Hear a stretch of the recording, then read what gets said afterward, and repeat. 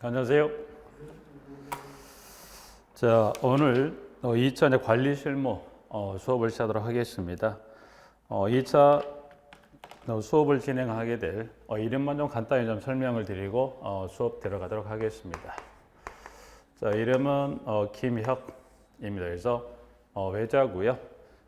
일단 2차 지금 이제 보면 과목은 두 개 과목으로 좀 구성이 되어 있습니다. 부분들. 그래서 일단 과목은 이제 법규하고 실무 두 개 과목으로 구성이 된 내용인데 간단히 좀 소개해드리고 수업을 이제 들어가시면 일단 교재는 지금 잠깐 보시면 교재는 어디를 잠깐 펴놓으시냐면 교재는 용어 정의 좀 잠깐 이제 정리하시게요. 그래서 페이지 102페이지를 잠깐 펴놓으실까요? 그래서 교재는 이제 102페이지 잠깐 펴놓으시고 수업을 잠깐 진행하실게요.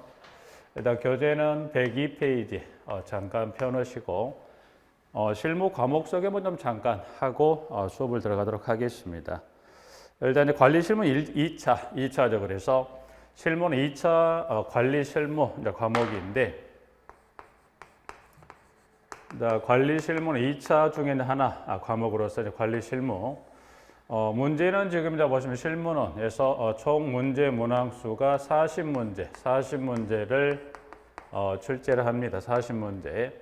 일단 문제 구성이 크게 두 가지로 나눠져 있어요. 두 가지 하게 되면 첫 번째 40문제 중에 이제 24문제가 객관식 기입형에서 객관식의 기입형의 문제, 객관식 기입형의 문제로서 24문제가 이제 출제가 됩니다. 문제 문항수는.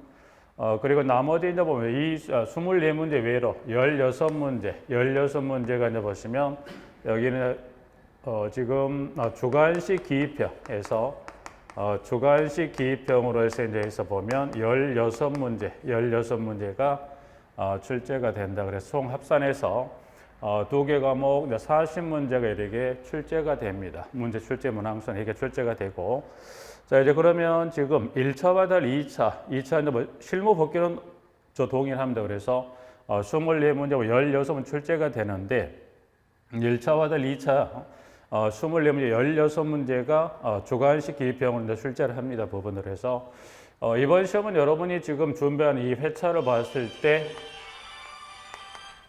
24회 시험을 치르게 되시고 이제 그 1년 준비 관리를 거쳐서 내년 2021년도 9월 달에 이제 시험을 보시게 되는데, 자 그럼 일단 여기서 이제 하나 이 24하고 16문제 중에 이제 보시면 주관식 기입형을 좀 추가 설명을 드리면, 자 주관식 기입형은 지금 보면 그러면 주관식 기입형은 뭐를 여기다가 집어넣을 건지 어떤 내용을 집어넣을 거냐 그래 보셨을 때 주관식 기입형 말 그대로 어떤 수치나 용어를 쓰는 문제입니다. 이제 숫자나 용어를 쓰는데 그러면 주관식이라는 건 그럼 여기다 숫자 용어를 쓰는데 그러면 이 가로는 몇 개 가로를 주고 시험을 물어볼 거냐 이제 그래서 가로는 지금 보면 하나 그래서 1가로 가로는 지금 두 개입니다. 그래 이제 보면 하나짜리 가로에 주관식을 내는 경우도 그 다음에 가로는 두 개. 그래서 두 개 가로를 양가로 쳐서 이제 시험에 물어보는 경우, 그 다음에 이제 보시면 세 개까지 해서 가로는 이렇게 세 가로까지 해서 이렇게 가로는 세 개입니다. 그래서 세 개까지 해서 이제 주관식 형태로서 출제하는 것으로서 시험은 지금 바로 지난해 이번이 지금 여러분이 좀 24회라고 24회를 한다면 지난 23회 때 지난 23회 때 이제 보시면 주관식이 약간 변동이 있었어요. 그래서 23회 시험 때 이제 보시면 처음으로 23회 전 22회까지는 이제 보시면 기존에 가로가 1가로와 2가로까지만 출제했던 부분인데 지난 23회 때 가로를 3개까지 주겠다. 그리고 배점은 22회까지는 보면 1가로, 2가로까지만 출제했던 부분들인데 지난 23회 이 3개, 즉 3개 가로까지 출제하겠다라고 지난해 처음 이제 이 규정이 좀 바뀌면서 부분 점수 제도를 도입을 했어요. 그래서 23회 전 22회까지는 가로를 2개까지만 출제하고 배점 둘 중에 이 하나만 틀려도 틀린 걸로 처리했는데 지난 23회 때 처음으로 이 부분 점수 제도를 도입을 해서 이 하나 맞고 이걸 틀리게 되면 둘 다 틀린 게 아니라 이때는 점수 몇 점, 1점을 부여했어요. 지난 23회 처음으로. 그러면 그건 이번 24회도 뭐 동일하게 적용되는 부분이죠. 그래서 배점은 1점. 그러면 만약 가로가 3개였을 때 배점은 어떻게 될 거냐. 그래서 이 3개가 출제했을 때 만약에 2개를 가로쳐서 이걸 맞다면 이거는 1.5점을, 그리고 만약 이 하나, 3개 가로 중에 이 하나만 맞추게 되면 이때는 배점은 얼마? 여기가 0.5점을 배점으로 주어서 진행을 23회 처음 됐고요. 이건 아마 24회도 동일하게 적용돼서 여러분들이 1차와 달리 2차는 지금 총 40개 문항 중에 16문제가 주관식 기입형으로서 직접 쓰시는, 여러분이 펜을 들고 직접 기입형은 잠깐 말씀드렸지만 기입형은 보시면 쓰는 형태로서 수치와 그리고 용어, 수치와 용어를 이와 같이 1가로, 2가로, 3가로 이제 해서 수치와 용어를 쓰는 문제가 몇 문제? 16문제가 출제가 되는, 그래서 합산해서 몇 문제가 24문제가 출제가 되는 형태로서 공부를 하시게 되는데, 자, 실무는 이제 아무래도 여러분들이 실무하고 2차 법규 이제 두 과목인데, 이 두 과목은 여러분이 공부하실 때 일단은 그 중에 실무는 실무는 여러분 1차 공부하시는 과목 중에 시설 개론하고 연계학습이 되실 수 있게끔, 그러면 연계학습이라 말씀드린 건 여러분 1차 시설 개론을 공부하실 때 보면 크게 두 개예요.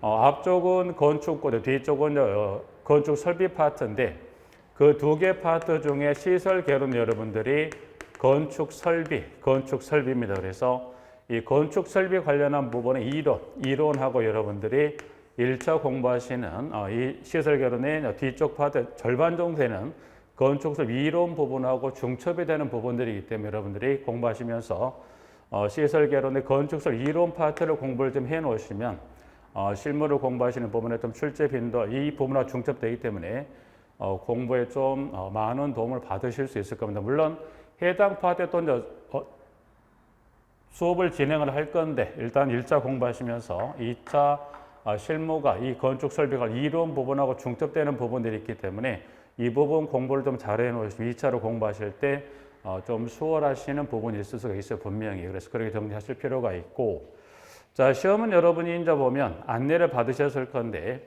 2차 시험과 1차가 동차로 진행되는 게 아니라 1차 시험에 합격하신 분에 한해서 몇 차 시험 자격을 주는 거죠. 2차 실무하고 법규 시험 보실 자격을 부여합니다. 그러다 보니까 여러분 아무래도 그렇다면 여러분들이 보시면 1차가 지금 여러분이 공부 안내 받으시면 몇 개? 3개 과목. 2차가 몇 개?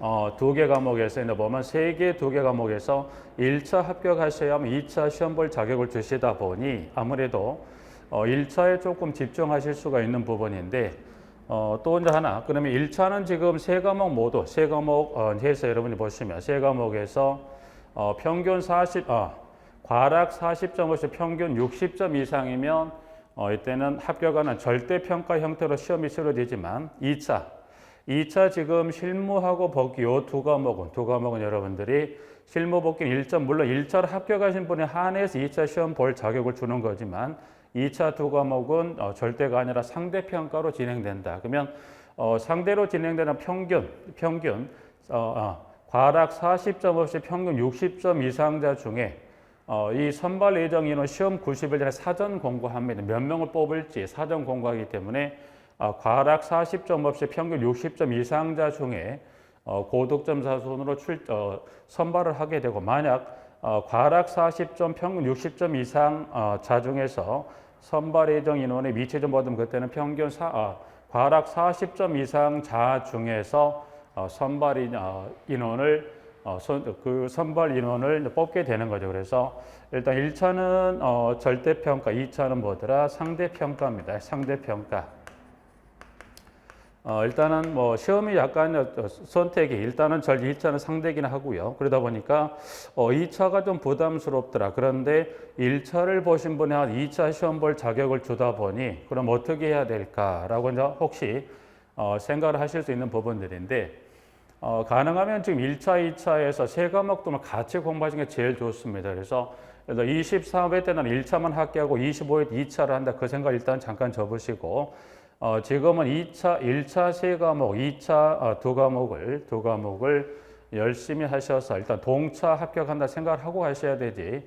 1차는 24, 2차 25 그런 생각 조금 지금 접으시고 1차, 2차를 모두 공부하셔서 24회 때 몇 차 2차까지 합격하시는 생각으로 공부를 하시는 게 제일 나을 것 같습니다. 부분들.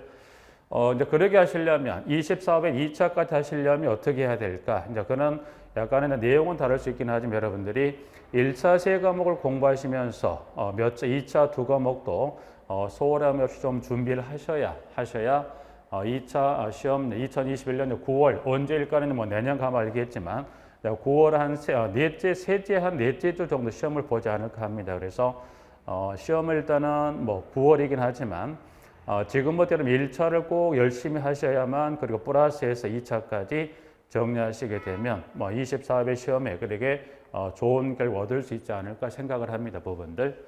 그 정도 정말 잠깐 과목은 설명을 드리도록 하고요.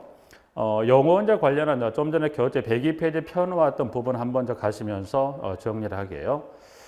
지금 입문 과정에서 한 4주 정도 진행을 하는데 지금 현재 4주 진행되는 과정의 어떤 깊은 내용보다는 여러분들이 지금 나와 있는 지문 그대로 관리 실무란 과목의 기초적인 어떤 개념 정도를 파악하는 정도로 해서 수업을 진행하시는 게 좀 나을 거예요. 그래서 어떤 깊은 내용보다 이제 4주 정도 진행되는 부분에 있어서 현재 이제 본 교재 지금 갖고 계시는 교재를 통해서 기초 내용 이제 기초를 하게 되면 이 실무 관련해서 기초적인 내용을 여러분이 좀 이해하시는 형태로 간다 해서 정리하시면 될 것 같습니다. 그래서 일단은 교재는 영어는 지금 102페이지 잠깐 펴놓으시는 지금 3번에 가보면 공동택 관리법령상 용어 정의다 그래 3번에 관한 부분을 하나 하고 두 가지를 좀 병행하면서 정리할 건데 그래서 102페이지 3번 공동택 관리법령상 용어 정의 하나 하고요.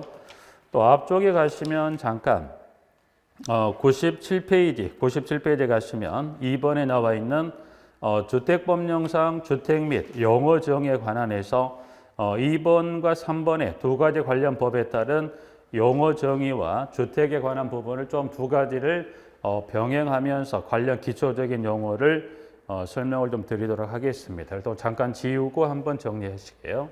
자, 이제 그러면 지금 2차 과목 자체가 관리 실무입니다. 그럼 관리 실무란 건 어떤 측면이냐? 그래서 여러분들이 공부를 하시고 지금 이번 24회 시험을 합격하셔서 결국 취업을 하시게 되는데 취업을 해서 결국 여러분들이 어느 형태 이 하나의 공동주택 단지를 관리하는 관리사무소장의 직을 수행하기 위해서 이 공부를 하시고 지금 수업을 듣고 계시는데 자, 그럼 이제 관리 실무란 과목 잠깐 소개를 드렸었는데 자, 관리 실무란 거 이제 보시면 관리 실무란 거 이 하나의 공동주택 단지를 잠깐 한번 볼까요? 이 하나는 이 동그라미 얘가 아파트 단지 이냐 동그란 이게 하나의 주택 단지 이걸 하나의 주택 단지를 한번 잠깐 볼까요? 주택 단지로 자, 그럼 이 동그란 원이 이 하나의 주택 단지 그럼 이 동그란 원 하나에 공동주택을 하나 여기다가 건설해서 지어보자. 그러면 짓는다는 건 이 동그란 이 주택단지랑 이 동그란 원을 아파트를 지을 땅이다 생각을 하시고 이 동그란 원안이 이 땅에다가 아파트를 하나 건설해서 공급해보자. 그럼 예를 들어서 노원 아파트예요.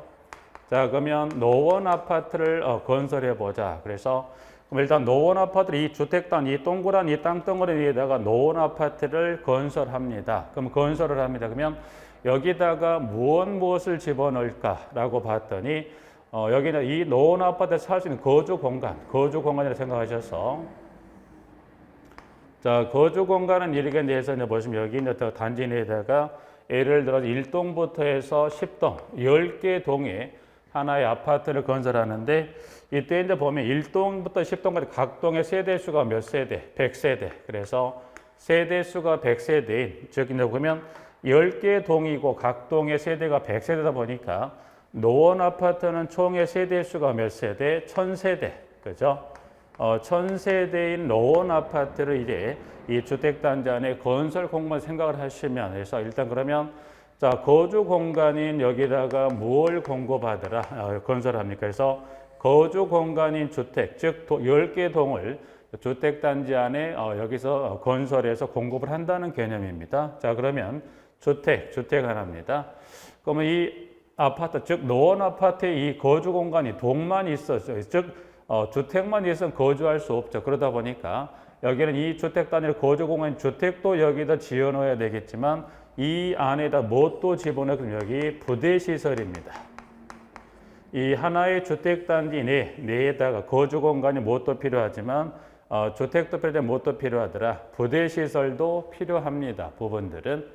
자, 그러면 부대 시설만 있어. 일단 요건 좀 이따 범위 또 설명 한번 드리면 가장 대표적인 부대시설하기는 가장 여러분 쉽게 접근하실 수 있는 게 주차장. 그러니까 주차장을 포함한 일련의 시설은 부대시설이라 한다 그래서 근데 부대시설은 이 주택에 따른 시설 설비를 뭐라 합니까? 부대시설. 자, 그러면 부대시설도 건설 공급하지만 또 하나의 시설이 또 들어가야 돼. 그 시설이 뭐가 있냐면 그 시설이 복리시설입니다. 복리시설.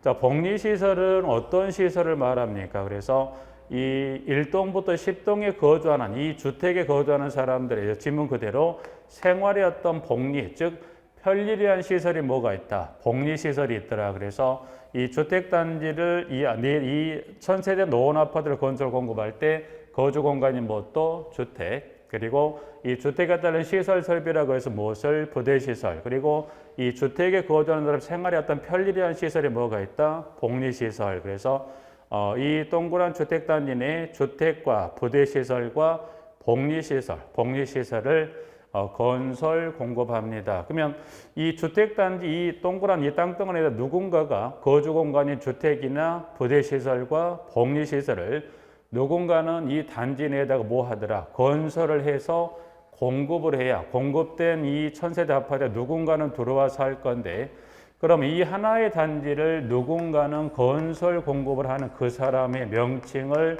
간단히 누구라 하는데 법에서 사업주체더라. 그러면 사업주체란 사람은 어떤 사람을 말합니까? 그래서 사업주체란 사람 이 하나의 주택단지 내 주택단지를 이제 건설합니다. 건설도 하지만 필요한 사람에게 공급도 하고요. 공급도 하고 그러면 사업주체는 이 1000세대 노원 아파트를 건설하고 공급만 하고 인수인계하는 게 아니라 건설하고 공급했으면 법에 따른 기한까지 한시적이지만 무슨 관리까지 어떤 부분까지 건설하고 공급을 하는데 건설, 공급하고 관리. 그러면 사업주체란 사람은 다 했네? 건설도 하고 공급도 하고 뭐까지? 관리.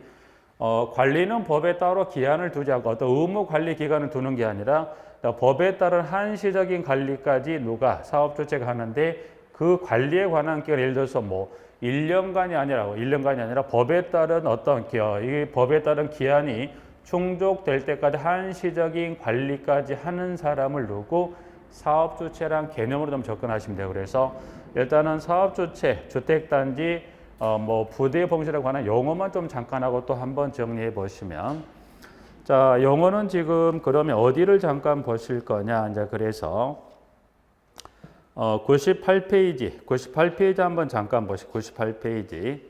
자, 98페이지 가시면 지금 문항상 번호로 지금 나와 있는 것 중에 9번이죠. 지금 9번. 9번이 지금 사업주체입니다. 사업주체는 지금 보시면 주택건설 사업계획 또는 대지소송 사업계획의 승인을 받아 그 사업을 시행하는 다음에 자다 그래서 박스에 지금 일련의 자들이 이제 기술이 되어 있는데 그 세부적인 박스 내용까지는 여러분 크게 정리하지 않더라도 이제 사업주체란 사람은 현재 법에 관한 용어는 이르게 기술이 되어 있지만 여러분들이 현재 법에 여기 사업주는 크게 여러분이 크게 유념하실 게 아니라 사업 주체는 이 관리 실무적인 측면에서는 간단하게 어떤 개념만 정리하자.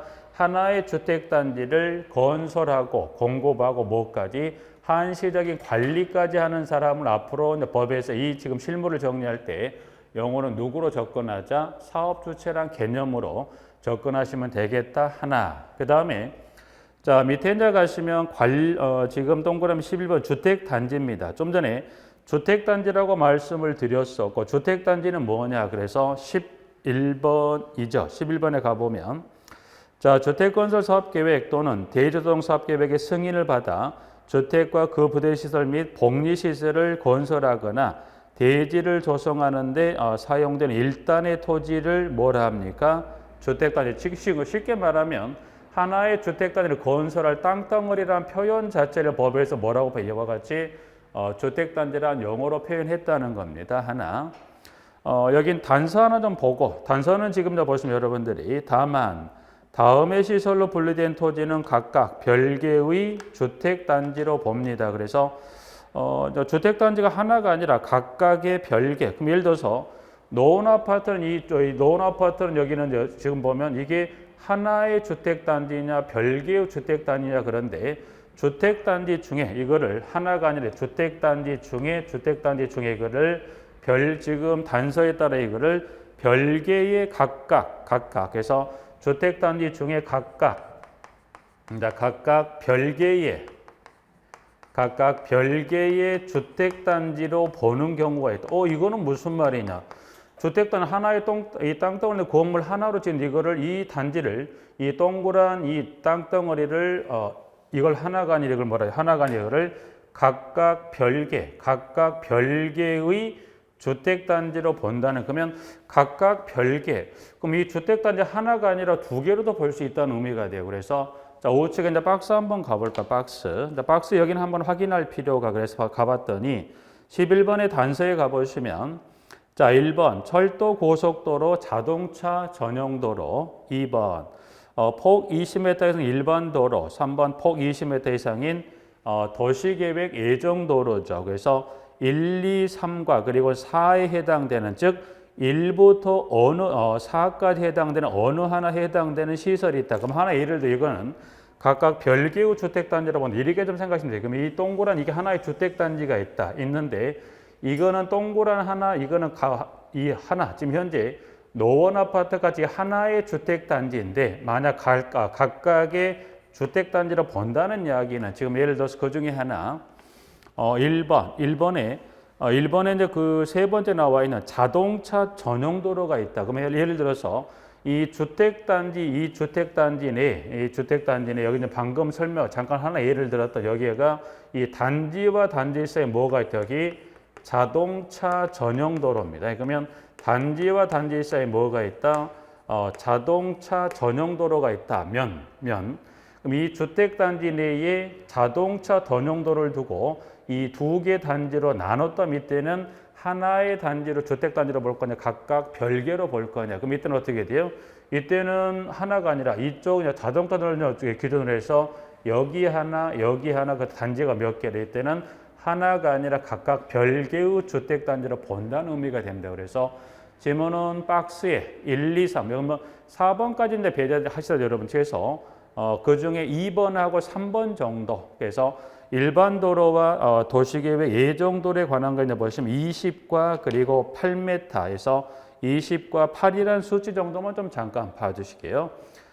지금 여기 4주 진행되는 과정은 여러분 크게 어떤 수치나 영어로 뭐 이걸 머릿속에 담는다기보다는 여러분들이 그냥 이와 같은 수치 있구나 또 이와 같은 용어가 있다는 정도만 하시지 지금부터 그런 수치나 영어로 외우려고 하시면 그게 오히려 마이너스 될 수 있는 지금 4주 진행되는 과정은 전체 여러분들이 내가 이와 같은 아파트가 건설되고 공급했던 걸 여러분이 보시면 이거를 건설 공급이 아니라 일단 2차 관리 실무란 제목 자체 그 과목의 명칭에 보시면 여러분들이 이 단지를 뭐하는 관리하는 관리 책임자로서 실제 근무하시기 위해서 자격을 취득하시려고 공부하시는 거기 때문에 지금 4주 진행되는 기초적인 내용을 좀 이해하고 그 내용을 확인하는 정도로 진행하시면 될 것 같습니다. 그래서 주택단지 하나 보고요. 그다음 밑에 이어지는 12번의 부대시설 좀 전에 단지는 거주 공간에 주택도 필요, 못도 필요하고 그랬어요. 이 부대시설도 단지 내 건설 공급하는데 자 그러면 부대시설이란 뭘 말할까 봤더니 주택에 딸린 다음의 시설 또는 설비 단지 그래서 크게 한 세 가지 정도를 정리하는데 1번 여기서는 1번하고 한 2번 정도 좀 확인하면 어떨까 해서 1번은 주차장, 관리사무소, 담장 및 주택단지 안의 도로와 2번의 건축 설비다 해서 뭐 3번까지 나와 있긴 하지만 여기에서 1번하고 2번 정도에서 정리하시면서 그 부대시설의 종류 가장 대표적인 부분일 수도 있고 여러분들이 합격하시면 이 주택단지 이제 관리 책임자로 근무할 그 장소가 뭐가 있더라? 관리사무소가 있잖아요. 그런 포함해서 1과 2에 따른 해서 두 가지를 정리하고 있고요. 복리시설이다 해서 복리시설이란 주택단지의 입주자 등의 생활복리를 다음의 공동시설 그러면 여기 지금 복리시설은 지금 누구를 위한 거주공간인 주택에 거주하는 사람들의 어떤 생활의 복리를 위한 시설에 뭐가 있다? 그게 복리시설이다 그래서 여기도 지금 박스 가면 1과 2에 따른 지문에 1번 여기도 그 중에 어린이 놀이터, 근린생활시설, 유치원, 주민운동시설 및 경로당 그 밖에 뭐 정원화 시설이다 그래서 여기는 복리시설에 관한 분류는 그 1, 2번 중에 1번 정도 간단히 좀 확인하시면 되지 않을까 그래서 일단은 복리시설은 1번에 어린이 놀이터부터 해서 경로당까지 확인을 좀 하시면 되지 않을까 합니다. 그래서 1번 하나 확인하고요. 여기는 지금 복리시설에 관한 질문이 주택단지 안에 누구의 생활의 복리라는 시설이다. 입주자 등의 생활복리다. 그래서 그럼 입주자 등이란 누구냐? 좀 전에 그러면 여기는 이 복리시설은 누구의 또 생활의 편리시설이라고 보시면 돼요. 입주자 등입니다. 그럼 입주자 등이란 누구를 말하? 그러면 결국 여기 이 거주 공간이 이 주택에 분명히 이 주택 즉 1동부터 10동에 사는 사람들의 생활의 편리시설이 뭐가 있다? 복리시설. 그러면 이 주택에 사는 사람들을 누구라 표현했다? 그러면 여러분이 지금 현재 단독주택이 아니라 공동주택에 거주하신다면 여러분도 입주자 등 중에 하나의 의미에 포함이 되실 건데 이제 그러면 자 주택에 사는 사람들을 크게 두 가지로 나눠보죠. 그럼 두 가지로 나눈다는 것은 이 입주자 즉 예를 들어서 여기가 10동이니까 예를 들어서 여러분에게 10동에 예를 들어서 10동 마지막 동의 10동의 천호에 10동의 천호에 누구가 살까? 그러면 이 10개 동의 10동의 천호에는 누가 삽니까? 입주자가 삽니다. 입주자가 살 수도 있지만 또 누가 살 수 있다? 사용자가 살 수도 있어요. 그러면 입주자가 살 수도 있지만 또 누가 살 수 있다? 사용자가 살 수 있다. 그래서 지금 복리시설에 관한 용어를 정리할 때 입주자 등이라는 게 있다. 그러면 지금 봤던 용어대로 지금 보면 입주자 등. 그럼 입주자 등이라는 사람이 있을 때, 그럼 여기서 말하는 입주자 등이 있을 때 이 입주자 등에는 누가 포함된 개념이더라? 사용자가 포함된 개념. 그러면 입주자는 누구를 말하고 내가 실제 지금 현재 아파트 거주하고 있는데 이런 이야기는 처음. 그렇죠. 그래서 이 공부하시기 전까지는 여러분 실제 아파트에 거주하시거나 또 아파트의 전세입자 위치로 예를 들어 거주하셨다 하더라도 누가 입주자가 누가 사용자인지 개념은 크게 의미가 없었다. 그러나 이제부터는 여러분들이 이 거주 공간에 사는 입주자는 누구를 구체적으로 그리고 사용자는 누구인지를 구체적으로 확인할 필요가 분명히 있고 그 권리 의무 관계가 또 같은 또 다른 게 있기 때문에 그 의미를 분명히 확인할 필요가 있다. 그건 잠깐 보되 여기서 입주자 등이란 표현은 누가 이 입주자 등이라고 이 등에 누가 포함됐다? 사용자가 포함돼. 즉 입주자 또는 사용자를 지문 중에 어떻게 봐야 되기를 입주자 등이란 표현으로 썼습니다. 그러면 그 용어를 한번 확인해 보면 용어는 지금 좀 건너서요. 여긴 어디를 잠깐 보실 거냐면 교재 지금 보시는 102페이지를 한번 볼까요? 이제 뭐 영어는 두 개 영어도 왔다 갔다 하겠습니다. 그래서 102페이지 가보시면 지금 밑에 맨 마지막에 05번 입주자란 나와 있죠. 그래서 공동택 관리법령상 입주자는 누구를 말합니까? 여기서 말하는 입주자 하게 되면 공동주택의 소유자 또는 소유자를 대리하는 배우자 및 직계 존비속을, 그래서 보니까 여기서 말하는 배우자에 관한 개념은 누구를? 그 공동주택의 소유자를, 또 소유자를 대리하는 누구를? 배우자를 말하고요. 또 소유자를 대리하는 누구를 말하다 여기를 직계 존비속의 의미의 입주자다. 그래서 여기서는 말한 입주자는 크게 몇 가지 개념을 포함한 개념이다. 세 가지요. 세 가지 하게 되면 소유자, 배우자, 직계 존비속을 포함하는 개념 입주자 개념을 정리합니다.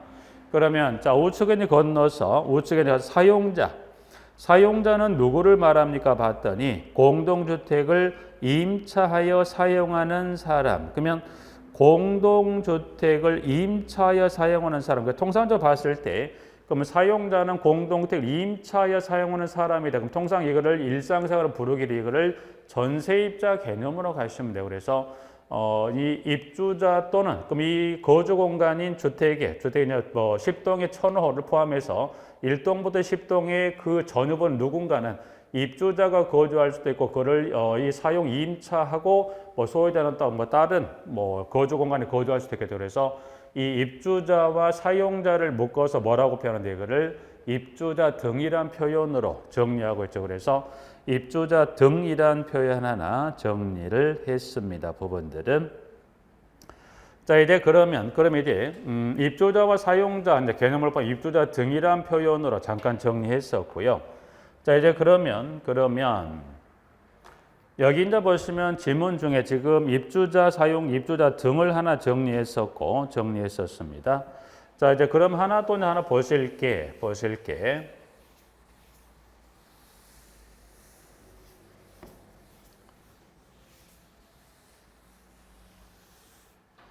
자 그러면 이제 거주권 이와 같은 자들이 이와 같은 시설을 해서 하나의 주택단지가 꾸려졌다고 봐요. 그럼 이 주택단지를 누군가는 이거를 관리할 책임. 그러면 지금 좀 전에 여러분들이 보시는 것은 이제 사업주체라는 사람은 좀 전에 말씀드렸네요. 하나의 이 1000세대짜리 노원 아파트를 사업주체라는 사람은 건설도 하고 공급을 하고 법에 따른 일정 요건이 충족될 때까지 한시적으로 합니까? 관리한다고 그랬어요. 그러면 관리하고 사업 주체는 분명히 어느 시점이 되면 떠나게 될 거예요. 그러면 사업 주체도 관리할 수 있지만 그럼 사업 주체가 떠난 뒤에 이 1000세대짜리 노원 아파트를 누군가는 관리할 건데 누가 책임을 지고 관리합니까? 그래서 자 지문은 밑에 좀 내려가시면 문항 10번입니다. 관리주체. 관리주체란 공동택을 관리하는 다음의 자다. 그래서 그럼 이 하나의 이 1000세대짜리 노원 아파트를 관리하는 사람을 누구라 그렇습니까? 이거를 관리주체. 그래서 관리주체란 누구를 공동주택을 관리하는 자를 누구라 합니까? 관리주체. 그래서 일단은 그 관리주체에 관한 범죄에 관한 지문의 기억. 자체관리기구 대표적인 공동택 관리사무소장 그리고 니은 관리 업무를 인계하기 전에 사업 주체, 그 다음에 디귿은 주택관리업자, 리을, 임대사업자, 미음, 주택임대관리업자다. 그래서 기역, 니은, 디귿, 니을, 미음에서 총 5가지 해당되는 자를 이 관련법상 누구로 관리주체라고 칭하고 관리주체는 누구를 이 하나의 주택단지를 되기를 관리하는 자죠. 그래서 관리주체는 하나의 주택단지를 여기는 관리하는 자를 누구로 여기 표현했대? 그를 관리주체라 표현한 겁니다. 법원들에서. 자, 관리주체 정리했어요. 그러면 관리주체는 지금 봤던 기역에서부터 미음에 해당되는 자를 관리자라고, 관리자는 공동택을 하는 사람, 공동주택을 관리하는 자를 누구라? 관리주체라 합니다. 네. 그럼 일단 관리주체 간의 관리는 일단은 정리했었고요. 그럼 이제 이 1000세대짜리 노원 아파트를 지금 하나의 이 거주 공간이 주택과 부대 봉쇄 이걸 나눠놨는데 이 주택단지, 이 하나의 주택단지를 크게 이렇게 한번 볼까요? 자, 이제 좀 줄여서 큰 주택 이거 좀 하나 좀 줄여봤을 때 이게 1000세대짜리 노원 아파트의 거주 공간이 주택도 부대시설도 복리시설이 들어있다. 그러면 이 관리주체는 이 주체는 1000세대짜리 이 노원 아파트를 뭐 하더라? 관리한다고 그랬어요. 그러면 관리한다는 의미는 그럼 이 1000세대짜리 노원 아파트의 거주 공간인 주택과 부대 복리시설 모두를 관리할 거냐 아니냐. 그게 일단 한번 확인할 필요가 있네. 그러면 자, 관리 주체는 분명 주택단지를 하나의 단지를 관리하는 자를 표현했었는데 그러면 이 노원 아파트를 다시 이게 거주공간 방금 확인해도 주택과 부대와 복리시설에 관한 걸 크게 다시 두 가지 부분으로 한번 나눠보자. 그러면 1000세대짜리 노원 아파트 구성이 되는 주택과 부대 복리시설을 크게 다시 두 개로 나눠보자. 그러면 두 개로 나눠 이렇게 나눌 수 있죠. 그럼 예를 들어서 이 주택 부대분을 크게 두 개로 나눴을 때 무슨 부분하고 공용 부분. 크게 이제 보면 공용 부분하고 무슨 부분으로 이걸 나눠볼 수 있냐면 전유 부분으로 이거를 나눠볼 수 있다. 그러면 전유 부분은 어디를, 공용 부분은 어디를 말하냐라는 의미가 되는 그러면 어디까지가 공용, 어디까지가 전유인지는 법에서 어느 한계를 따로 정하지 않았어요. 그럼 이렇게 보시면 돼요. 자, 그러면 예를 들어서 여기 지금 설명했던 10동의 1000호입니다.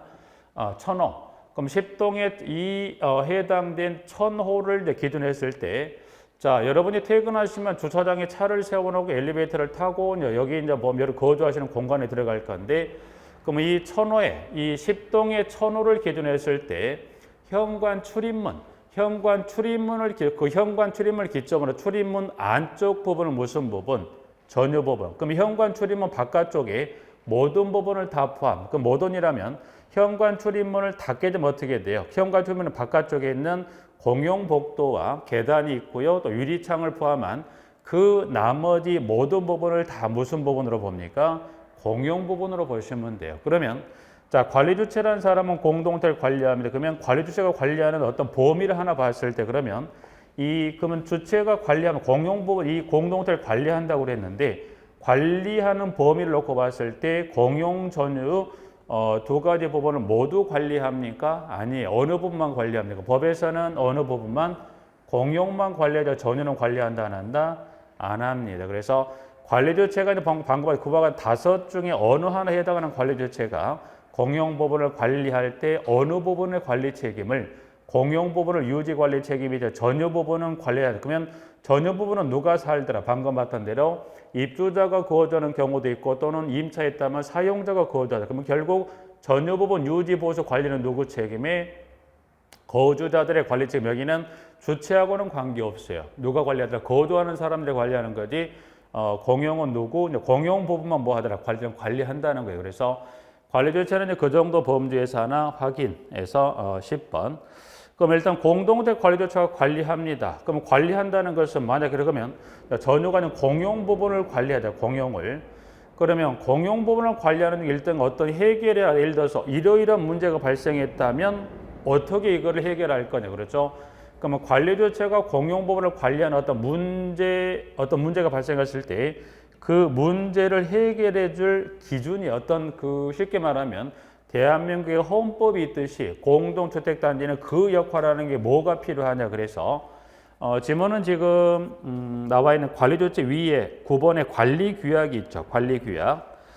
그러면 관리규약은 뭘 말합니까? 그래서 봤더니 자, 공동주택의 입주자 등을 보호하고 주거생활의 질서를 유지하기 위하여 입주자 등이 정하는 뭐예요? 자치규약이더라. 그래서 여러분들이 관리규약이란 이야기는 많이 들어보셨을 거고요.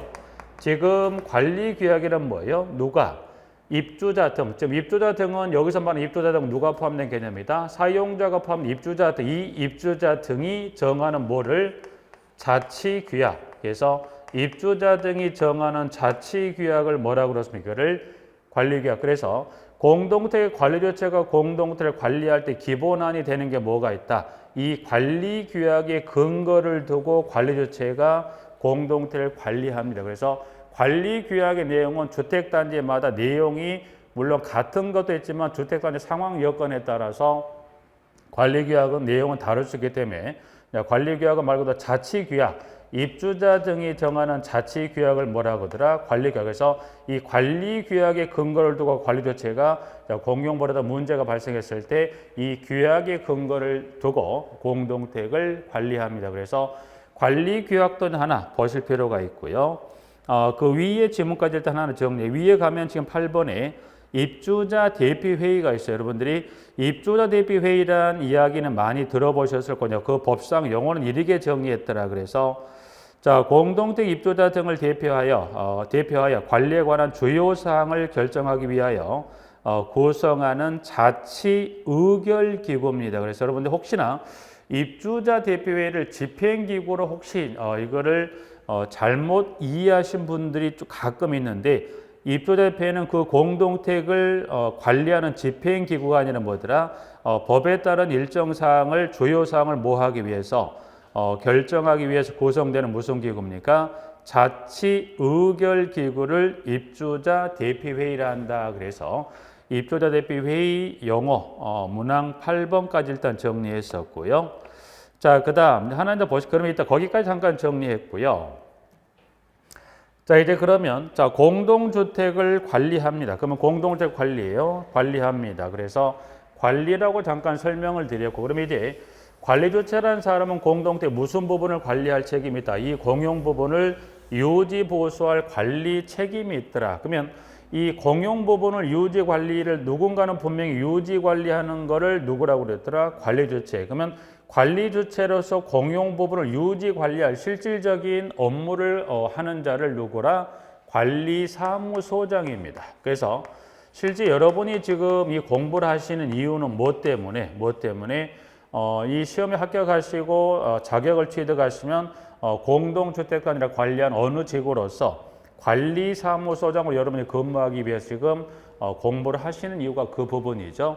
그러면 관리사무소장으로서 이 하나의 뭐 예를 들어 노원 아파트를 관리하기 위해서 노원 아파트 공용 부분을 관리하기 위해서 여러분들이 관리사무소장으로 취업을 하셔야 돼요. 그러면 관리사무소장으로서 하나의 주택 단위를 관리하기 위함이다. 그러면 누구나가 다 갈 수 있다. 누구나가 다 공용 부분을 관리하기 위해서 관리사무소로 갈 수 있는 게 아니라 법에 따른 일정 자격을 갖춘 자에 한해서만 뭐하더라?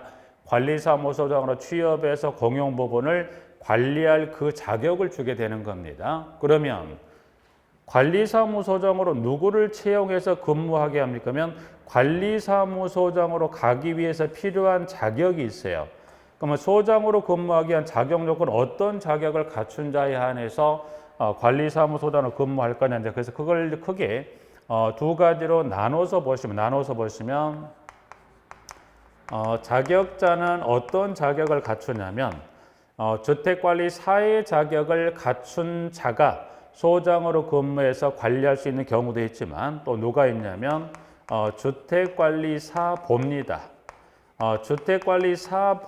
주택관리사보에 자격을 취득해서 관리사무소장으로 근무할 어떤 요건이 필요하죠. 그러면 주택관리사란 사람은 주택관리사보란 사람은 어떤 자격 요건을 갖추고 소장으로 갈 수 있냐 해서 이 두 개 용어를 한번 보시면 지금 현재 지금 관리주체 밑에 바로 있는 11번 가볼까요? 11번은 주택관리사보라 안에서 주택관리사보 합격 증서를 발급받은 사람을 말한다. 그리고 밑에 이제 이어지는 질문에 주택관리사란 누굽니까? 그래서 주택관리사 자격증을 발급받은 사람을 말한다. 그리고 이어지는 바로 주택관리사 등이란 누구냐? 그래서 주택관리사보와 주택관리사를 말한다. 그래서 주택관리사 등에는 누구를 포함했다? 주택관리사보를 포함한 개념의 주택관리사 등이란 지문이 있다는 것 정도 하나 확인하시고, 자 이제 그럼 여기서 이제 설명을 합니다. 먼저 뭐 용어를 하나 확인했으니까 그러면 주택관리사라는 사람은 누구를 말하냐? 그래서 여러분 보부터 가죠. 보부터. 지금 여러분이 이 지금 공부를 하시는 이 두 개 자격 중에 어느 자격을 취득하시려고 주택관리사보 취득이에요. 주택관리사보. 그러면 주택관리사보는 어떤 경로를 통해서 보호 합격증, 이 보란 합격증서를 받습니까? 여기는 시험입니다. 시험. 그래서 여러분이 이 주택관리사보 자격시험을 보시기 위해서 지금 공부를 하시는 거고, 이 시험을 합격하시면, 이 주택관리사보 자격시험을 합격하시면 주택관리사보 합격 증서를 교부받는, 즉 보의 자격을 취득을 하십니다. 자, 이제 그러면 보는 시험을 통해 자격을 취득하는 거예요. 그러면 사는 시험을 통해 취득하지 않아요. 사는 어떤 경로를 취득합니까? 그래서 주택관리사보는 뭡니까? 이제 법에 따른 실무 경력이 있어요. 실무 경력. 뭐 법에 따른 실무 경력. 이렇게만 설명하고 넘어가면 어떻게? 그러면 보는 시험을 통해 합격하는데 사는 실무 경력. 그러면 여기는 시험을 보지 아니하고 실무 경력만 갖춘다. 그건 아닙니다. 여기서 말하는 실무 경력이란 전제 조건은 뭐가 있어야 돼요? 여기서 말하는 실무 경력이란 전제 조건은 플러스 뭐예요? 주택관리사보 자격시험에 합격을 해야 돼요. 그러니까 이 주택관리사보 자격시험 합격하고서 플러스 뭐예요? 법에 따른 실무 경력이다. 그래서 사는 실무 경력만 있어야 되는 게 아니라 실무 경력이 있는데 플러스 뭐예요? 전제는 주택관리사보 시험에 합격을 해서 합격 증서를 가지고 있으면서 플러스 실무 경력을 통해서 사 자격을 교부하더라. 그래서 그럼 여기는 나중에 보시도록 하고, 일단 그러면 주택관리사를 가지고 보를 가지고는 그럼 어떻게 이거를 구분할까? 그냥 여기 실무 경력이 있다.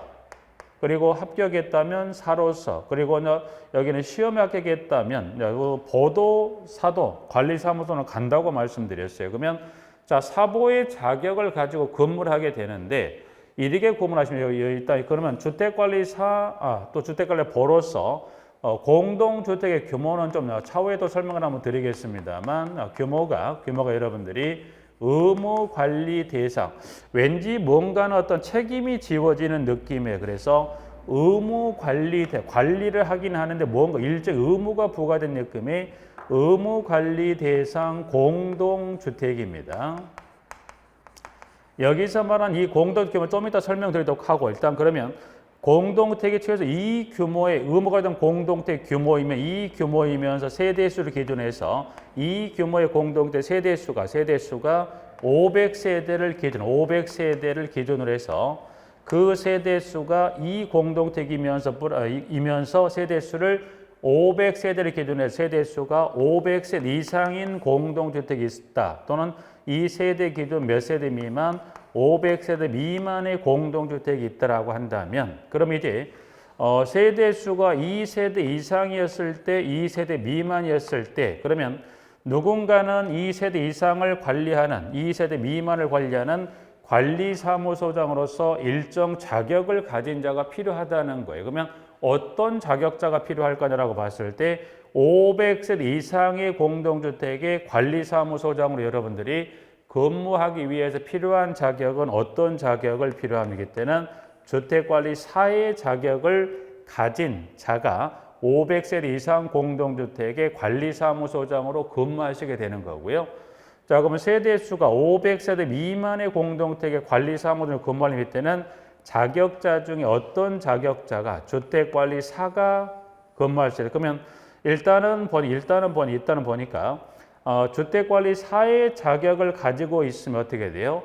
근무하는 공동주택 세대수가 따로 제한되어 있지 않고 해서 500세대 이상 미만에 따라 주택관리사와 사는 세대 관계없이 근무할 수 있는데, 단 누구는 주택관리사보, 그러면 주택관리사보의 자격을 가졌다면 그때 어떻게 돼요? 근무 대상 세대수가 500세 미만을 가지 어디는 갈 수 없다. 500세 이상은 가실 수가 없더라. 그래서 일단은 사보에 관한 건 이와 같은 경로를 통해 취득을 했다면, 그리고 근무 대상 세대수 기준으로 봤을 때 500세 이상이면 사 자격을 가진 자만 소장으로 근무할 수 있는 거고, 500세 미만의 경우라면 누구를? 주택관리사와 주택관리사보, 그러니까 사를 취득하시는 대상 근무 세대는 제한을 좀 따로, 보를 가지고는 몇 세대 이상을 갈 수 없다.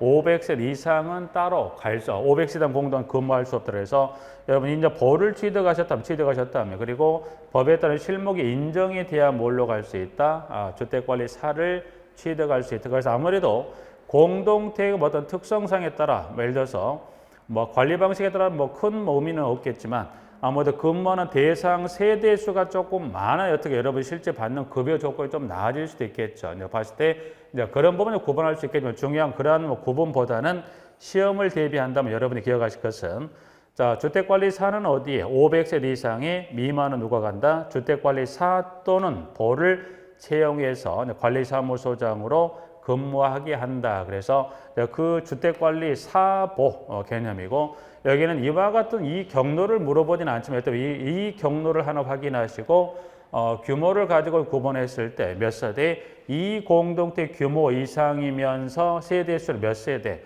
500 이상 미만에 따라 배제되는 자격자 규정 정도는 좀 구분하실 필요가 있습니다. 네, 그렇게 해서 하나 정리해서 영어는 지금 보신 대로